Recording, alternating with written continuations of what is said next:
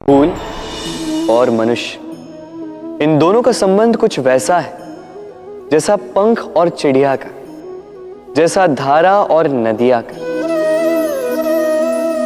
यदि भूल मनुष्य के स्वभाव का इतना महत्वपूर्ण अंग है तो आप सोचिए, इस पर लज्जा क्यों? इस पर लज्जा करना ठीक है ही नहीं। वैसे देखा जाए तो भूल हमें स्वयं को और श्रेष्ठ बनाने का अवसर देती है, पहले से अच्छा प्रदर्शन करने की प्रेरणा देती है। अब कदाचित आप में से कुछ इस बात से सहमत नहीं हो, क्योंकि बहुतों की दृष्टि में भूल दोष को जन्म देती है, दोष अपराध को, और अपराध के लिए क्षमा नहीं दंड मिलना चाहिए। किंतु क्या आपने कभी सोचा है कि ऐसा क्यों होता है? क्या कारण है इसका? इसका कारण है भूल स्वीकार करने से बचना। यदि आप कोई भूल करोगे और उसे स्वीकारोगे नहीं तो वो भूल दोष में बदल जाएगी और वो दोष अपराध। तो साहस रखिए, अपनी भूल को स्वीकार करना अपनी भूल को सुधारने की दिशा में सबसे पहला कदम होता है।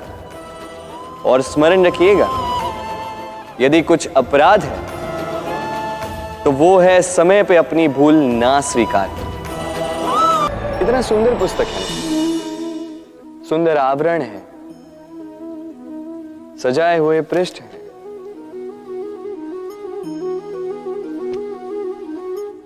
किंतु क्या ये सत्य में अद्भुत पुस्तक कहलाने की पात्र है? क्या इसमें जो लिखा है वो सत्य है, प्रेरणादायी है, हमारे लिए मूल्यवान है? कैसे निश्चय लिया जाए इस बात का? अब आप सोचेंगे कि सीधी सी बात है, आवरण को देख के पुस्तक की गुणवत्ता कैसे जानी जा सकती है? इसके लिए तो आपको उसे पढ़ना होगा, उसे समझना होगा, समय देना होगा, है ना? बिल्कुल उचित सोच रहे हैं आप। बस आश्चर्य की बात यह है कि पुस्तक के विषय में आप ये सारी बातें जानते हैं, किंतु किसी व्यक्ति के विषय में आप ये सारी बातें मन में नहीं लाते। व्यक्ति का मूल्यांकन भी उसके वस्त्रों से, उसके शारीरिक रूप से या उसकी सुंदरता से नहीं किया जा सकता। उसके लिए आपको उस व्यक्ति को पढ़ना होगा, उसे समझना होगा, उसे समय देना होगा। पर हम क्या करते हैं? पहनावे, रंग, सुंदरता को देखकर आकर्षित हो जाते हैं, उसे प्रेम समझ बैठते हैं, और आए दिन कोई ना कोई ये कहते सुनाई देता है कि उसकी प्रेम कहानी सफल नहीं हो पाई, उसे छल मिला। किंतु इसमें दोष किसी और का नहीं, स्वयं आपका है। आपने उस व्यक्ति को समय नहीं दिया, आपने उस व्यक्ति के विचार नहीं परखे। प्रेम 2 क्षण में बनने वाला पकवान नहीं है, इसका स्वाद चखने के लिए आपको जीवन भर का समय देना पड़ेगा। तो समय दीजिए, एक दूसरे के रूप से नहीं, आत्मा से जुड़ी। सिंह को वन का राजा कहा जाता है, अत्यंत शक्तिशाली होता है, उसका परिवार भी बड़ा होता है। किंतु यदि ऐसा हो जाए कि सिंह के परिवार में आपस में ही क्लेश होने लगे, वो आपस में ही लड़ने लगे, तो क्या होगा? सिंह को मार, उसके परिवार को मारकर लकड़ बग्गे वन के राजा बन जाते हैं। अब ये बात केवल सिंह पे लागू नहीं होती, अभी तो हर एक व्यक्ति, हर एक परिवार, हर एक संप्रदाय, हर एक राज्य पर यह बात लागू हो सकती है। परिवार में यदि मतभेद बढ़ जाए तो परिवार टूटकर बिखर जाता है। इतिहास साक्षी है, यदि समाज के लोग आपस में ही लड़ने लगे तो वो राजा नहीं बनते, अपितु कोई उनका लाभ उठा के स्वयं को राजा बना देता है। एकता का महत्व समझिए। आज आके बात आती है प्रेम, क्योंकि ये प्रेम ही है जो सबको एक साथ रख के उन्हें आनंदित रख सकता है।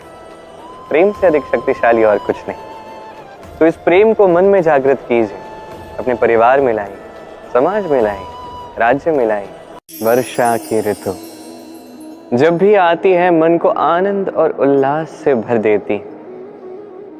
कभी आपने सोचा है कि ये वर्षा जो हमारे मन को उल्लास से भर देती है, ये स्वयं कितने परिश्रम के पश्चात हमारे पास आती।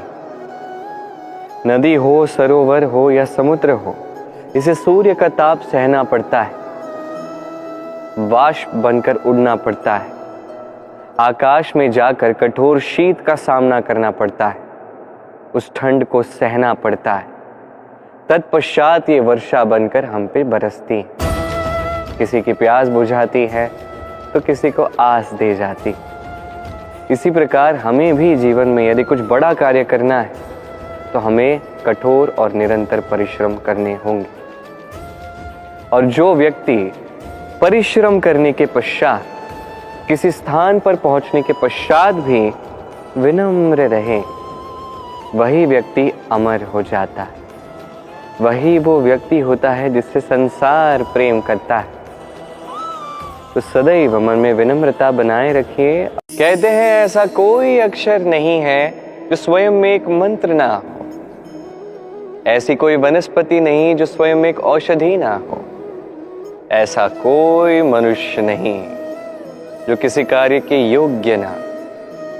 बस आवश्यकता है तो जिस मनुष्य को हम ढूंढ रहे हैं उसे पहचानने की। यदि उसकी योग्यता, उसकी विशेषता हम समझ ही नहीं पाए तो लाभ ही क्या है। इस संसार में कई सारे ऐसे लोग हैं, छोटी छोटी असफलताओं पे आपसे ये कह देते हैं कि आप तो किसी कार्य के नहीं, आप मूर्ख हो, आप कुछ नहीं कर सकते। इन बातों पर कभी विश्वास मत कीजिए, क्योंकि आप और हर एक जीव इस परमात्मा और इस प्रकृति की रचना है जो अत्यंत विशेष है। यदि आपको उदाहरण दूं तो एक और है तलवार, एक बड़ी लंबी तलवार जिससे युद्ध लड़े जा सकते हैं, जीते भी जा सकते हैं। वही दूसरी ओर है एक छोटी सी सुई, किंतु जो कार्य सुई कर सकती है ये तलवार नहीं कर सकती। इसका अर्थ यही है कि हर एक रचना अत्यंत अद्भुत और अत्यंत विशेष है। तो विश्वास कीजिए, आप विशेष हैं।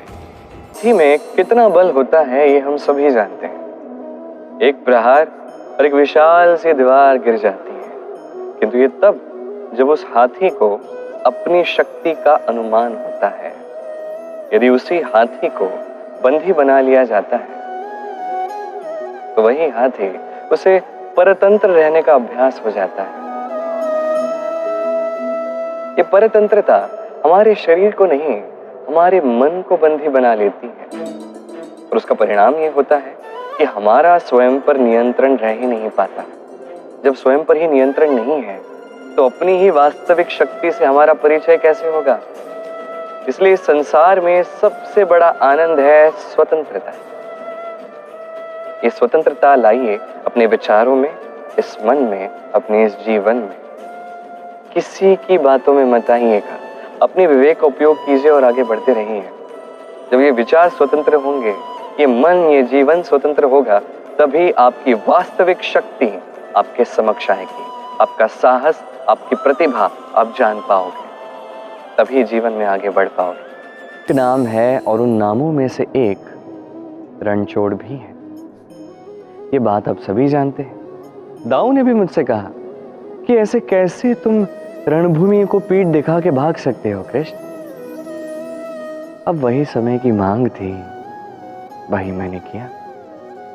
यदि मैं रण छोड़कर नहीं भागता तो न जाने कितने सैनिक अपने प्राण गंवा देते, न जाने कितने परिवार अपनी आशा खो देते, न जाने कितने जीव इस संसार को त्याग देते। और इसलिए कभी कभी रणछोड़ बनना ही श्रेष्ठ है, कभी कभी जीवन में भी श्रेष्ठ है। यदि दूर हो जाने से आपकी संभावनाएं बढ़ती हैं तो दूर हो जाइए। दूर हो जाइए उन सभी व्यक्तियों से जो बात बात पर आपका अपमान करते हैं, आपकी निंदा करते हैं, आपको रोकने का प्रयास करते हैं, आपको नीचा दिखाते हैं। क्योंकि उनके साथ रहकर, उन सभी व्यक्तियों के साथ रहकर जो आपका मूल्य नहीं समझ पाते, आप अपना स्वाभिमान, अपना आत्मविश्वास, अपना व्यक्तित्व झुका देंगे। दूर हो जाइए उन सभी संघर्षों से, उन परिस्थितियों से जिनका सामना करके परिणाम कुछ नहीं मिलने वाला। यदि आप इस प्रकार रणछोड़ बन जाते हैं, यदि ये प्रवृत्ति आप अपने भीतर जागृत करते हैं, तो आपके समक्ष वो रण आएगा जिस पर विजय प्राप्त करने से आप अपना अस्तित्व पाओगे, और वही सबसे बड़ी विजय है। आइए और मेरे साथ प्रेम से कहिए, राधे राधे।